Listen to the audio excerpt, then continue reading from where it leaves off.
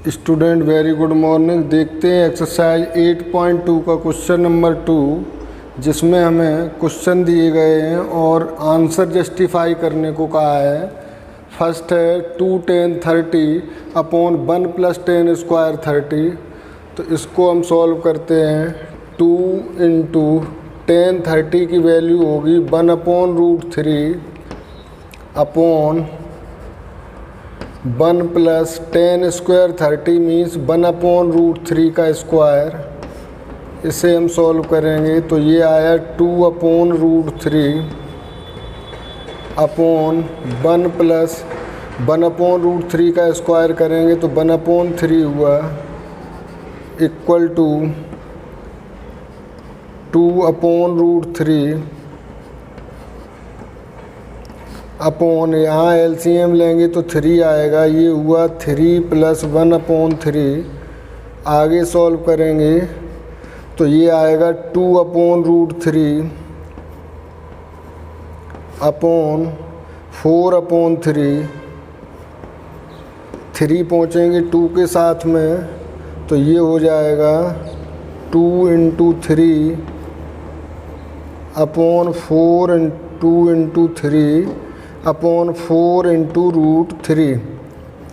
2 से 2 कैंसिल हो गया, 2 टाइम, और √3 से √3 कैंसिल हुआ √3 टाइम। तो वैल्यू आ गई आपकी √3/2। तो √3/2 है।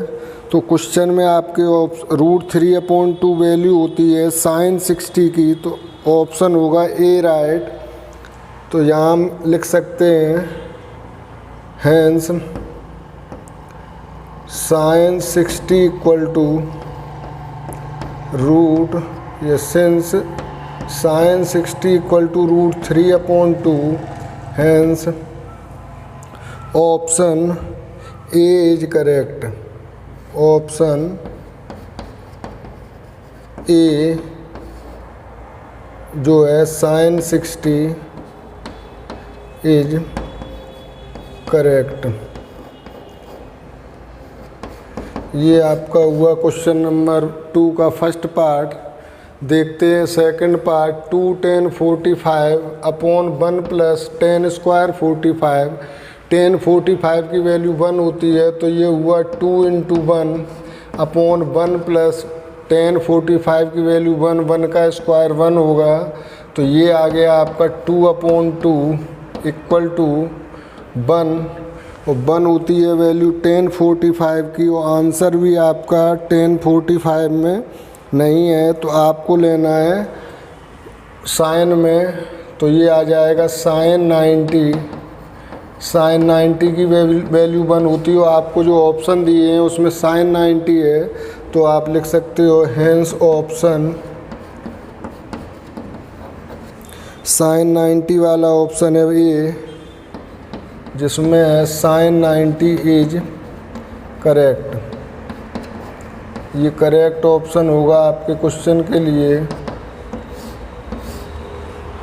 थर्ड पार्ट दिया है sin 2a = 2 sin a is true when sin 2a = 2 sin a true कब होगा। तो सबसे पहले आइडेंटिटी लिखते sin 2a की होती है 2 sin a cos a। 2 sin a cos a equal to 2 sin a, तो 2 sin a से 2 sin a कैंसिल हो गया, यानी कि cos a इक्वल टू आया 1। cos a equal to, cos में किस एंगल की वैल्यू 1 होती है, तो cos 0 की वैल्यू 1 होती है। तो यहाँ हम a इक्वल टू लिखेंगे 0 डिग्री, हैंस ऑप्शन 0 डिग्री वाला ऑप्शन है आपके लिए। यहाँ भी ए है, option A 0 degree is correct. ये जस्टिफिकेशन भी साथ में देते जा रहे हैं आपके लिए। फर्स्ट पार्ट में ऑप्शन ए करेक्ट है जिसमें sin 60 दिया है, सेकंड पार्ट में ऑप्शन ए करेक्ट है जिसमें sin 90 दिया, और थर्ड पार्ट में ऑप्शन ए करेक्ट है जिसमें 0 डिग्री दिया। नोटेड।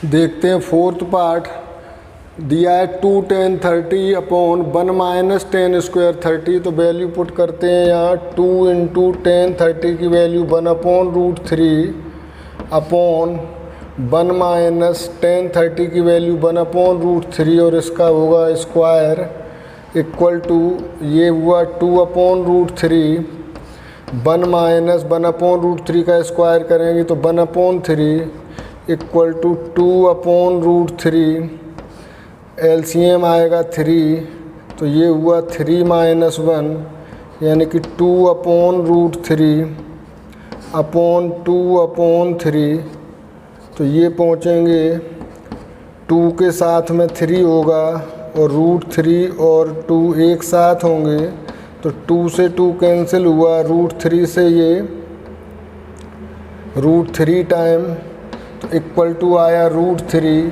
अब √3 वैल्यू होती है tan 60 की और cot 30 की। जो ऑप्शन आपका दिया हो cot tan 60 दिया है तो इक्वल टू यहाँ लिख सकते हो tan 60। तो यहाँ लिखोगे हैंस ऑप्शन जो आपका दिया है tan 60 के लिए C, option C tan 60 is correct. ये ऑप्शन करेक्ट होगा, नोट इट।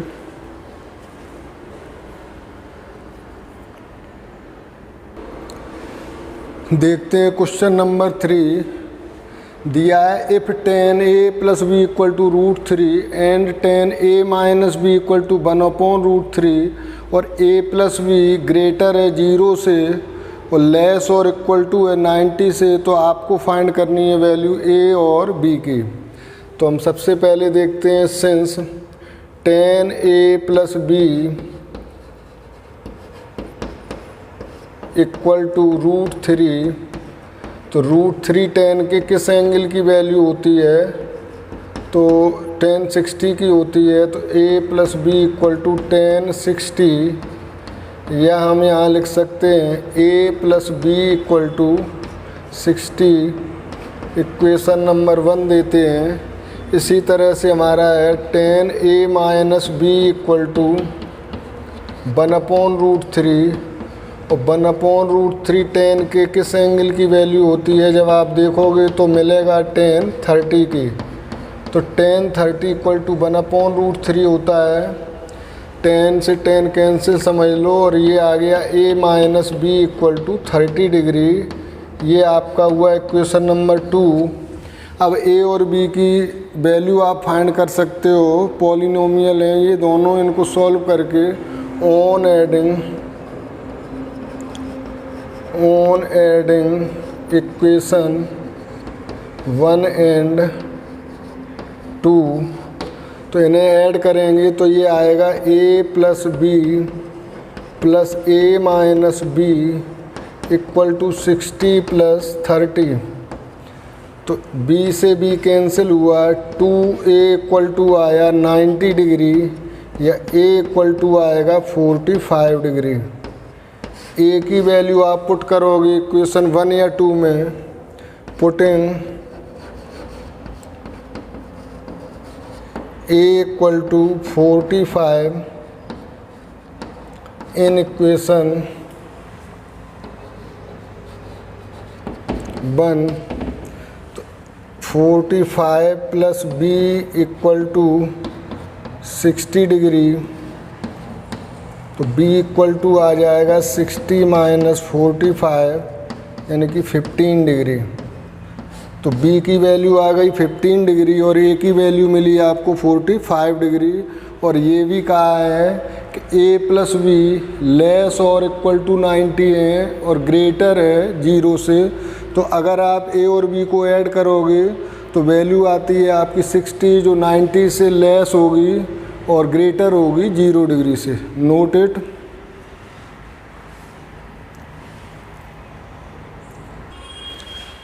देखते हैं एक्सरसाइज का क्वेश्चन नंबर 4 जिसमें कहा है कि state whether the following are true और फॉल्स। फिर आपको आंसर जस्टिफाई भी करना है। तो स्टेटमेंट दिए गए आपको, फर्स्ट स्टेटमेंट है sine a plus B equal to sine a plus sine b, sine a plus B equal to sine a plus sine b. ये स्टेटमेंट ट्रू है या फॉल्स है ये आपको बताना है। तो देखते हैं हम, लेट कर लें यहाँ कुछ भी, लेट ए इक्वल टू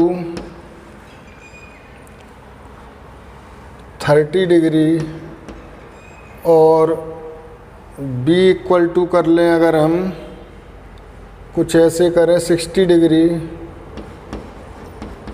जिनकी वैल्यू हमें मालूम हो टेबल से। तो अब हम यहाँ लेते हैं LHS हो जाएगा sine a plus B equal to sine 30 plus 60, यानी कि वैल्यू होगी साइन 90 जो होती है 1। RHS ले लें हम, तो RHS है हमारा sign a plus sine B, यानी कि साइन ए हमने लिया है 30, तो साइन 30 प्लस साइन 60, तो साइन 30 की वैल्यू 1/2 है और साइन 60 की √3/2 है। तो ये वैल्यू आपकी आएगी √3 प्लस 1/2। तो यहाँ हम देखते हैं LHS और RHS इक्वल नहीं है, since LHS is not equal to RHS, hence given statement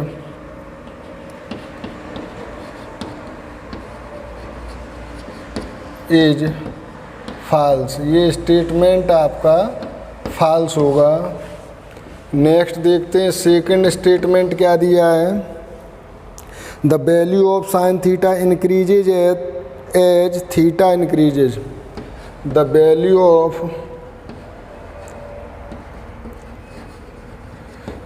of sine theta increases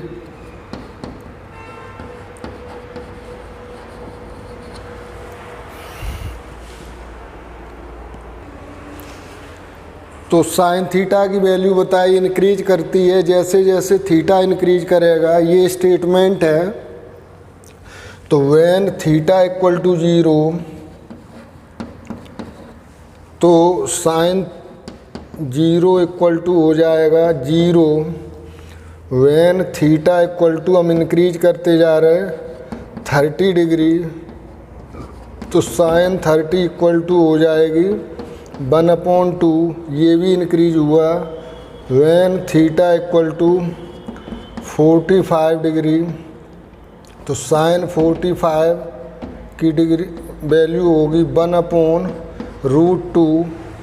यहाँ पर 1 2 से डिवाइड है और यहाँ 1 √2 से डिवाइड है, यानी कि और छोटा डिनोमिनेटर हो गया। तो ये वैल्यू इससे ग्रेटर हुई, यानी कि इंक्रीज हुई। 0 से ग्रेटर है 1/2 और 1/2 से ग्रेटर होगा 1/√2। अब हम देखते हैं when theta equal to 60 degree, तो साइन 60 इक्वल टू होता है √3/2। तो ये वैल्यू भी आपकी 1/√2 से ग्रेटर होगी। और देखना चाहें अगर हम, तो when theta equal to 90 degree, तो ये वैल्यू आपकी साइन 90 की यहाँ से मिलेगी 1। तो हम यहाँ देखते हैं we observe here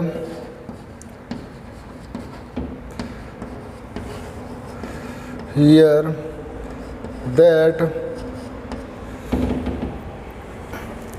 sin theta increases as theta increases, hence given statement is true. तो स्टेटमेंट आपका ट्रू है कि थीटा के इंक्रीज होने पर साइन थीटा की वैल्यू भी इंक्रीज होती है। Note it.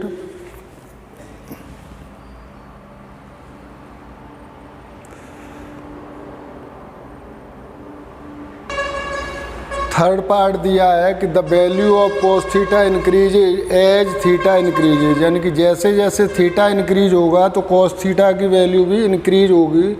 लेते हैं हम यहाँ when theta equal to 0 degree, तो कोस 0 इक्वल टू होगा 1, when theta equal to 30 degree, तो cos 30 होगा √3/2। तो √3/2 ये 1 से लेस होंगे, जबकि कहा है कि थीटा की वैल्यू इंक्रीज होने पर cos थीटा भी इंक्रीज होगा। cos थीटा 0 था, हमने 30 किया यानी कि इंक्रीज किया, लेकिन cos थीटा की वैल्यू डिक्रीज हुई। आगे देखते हैं when theta equal to 45 degree, तो cos 45 की वैल्यू 1/√2 होगी, यानी कि ये वैल्यू भी डिक्रीज हो रही है। When theta equal to 60 degree, तो cos 60 होगा 1/2। तो यहाँ हम देखते हैं we observe here that cos theta does not increases when theta increases,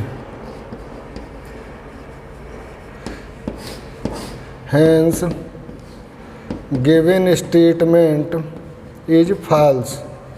given statement आपका फॉल्स होगा।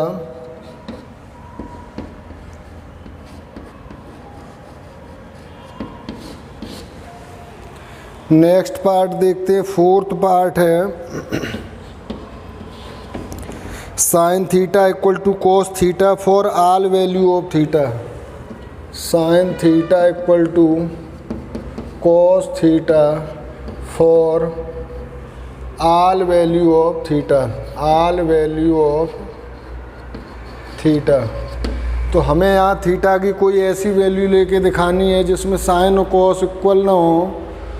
तो when theta equal to 30 degree, तो साइन 30 की वैल्यू होगी 1/2 और cos 30 की वैल्यू होगी √3/2। Hence since sine 30 is not equal to cos 30, तो हम लिख सकते हैं hence sine theta does not equal to cos theta for all value of theta. Theta की सभी वैल्यू के लिए sine theta equal to cos theta नहीं होगा। Hence given statement is false. Given statement is false. जो आपका statement है वो फॉल्स होगा। Note it. देखते हैं पार्ट फिफ्थ। दिया है कि कोट डिफाइंड नहीं होगा a इक्वल 0 के लिए, तो कॉट a को हम लिख सकते हैं cos a upon sine a when a equal to 0 है। तो ये हो जाएगा cos 0 अपॉन साइन 0, जिसकी वैल्यू होगी 1/0 और 1/0 इन्फिनिटी होता है, यानी कि not defined, not defined indeterminate form है ये। तो यहाँ लिखेंगे hence given statement is, given statement is is true. तो आपका स्टेटमेंट ट्रू होगा। Thank you. Note it. मिलेंगे आपको नेक्स्ट वीडियो में।